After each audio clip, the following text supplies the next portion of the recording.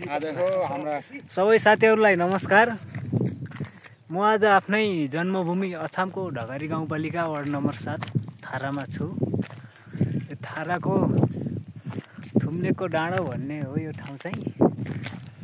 यहाँ चाहिँ इन्टरनेटको एकदम समस्या रहेछ। नेट चलाउनलाई हामीले माथि डाँडा धाउनुपर्ने अवस्था छ यहाँ।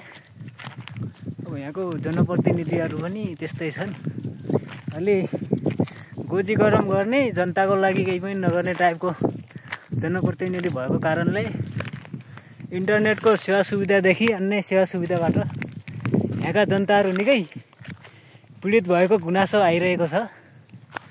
त्यही भएर अब हामी जनताहरूले चाहिँ कस्तो व्यक्तिलाई चुन्ने, कस्तो व्यक्तिलाई जिताउने चुनावमा भन्ने कुराहरू आउँछन्। त्यसमा चाहिँ अब हाम्रो यो गाउँको समग्र विकासको लागि तपाईहरुले सोच्नुपर्ने अवस्था छ। यहाँ चाहिँ हाम्रो गाउँ चाहिँ यो साथीहरु,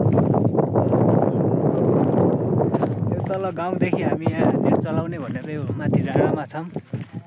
यहाँ यस्तो छ, 3G नेटवर्क पनि राम्रोसँग काम नगर्ने अवस्था छ। यहाँ चाहिँ तपाईँ देख्न सक्नुहुन्छ। यो मेरो जन्मभूमि यही हो ठाउँ चाहिँ। आज नयाँ वर्षको विशेष दिन पारेर आफ्नै गाउँठाउँतिर आइएको छ। तपाईहरु देख्न सक्नुहुन्छ। साथीहरु अगाडि छन्। यो झट्ट हेर्दाखेरि मरुभूमि जस्तै छ। यहाँ रुखबिरुवाहरू केही पनि छैनन्। यो पुरा मनाङ मुस्ताङ जस्तो सुक्खा ठाउँ छ। यहाँ चाहिँ देख्न सक्नुहुन्छ।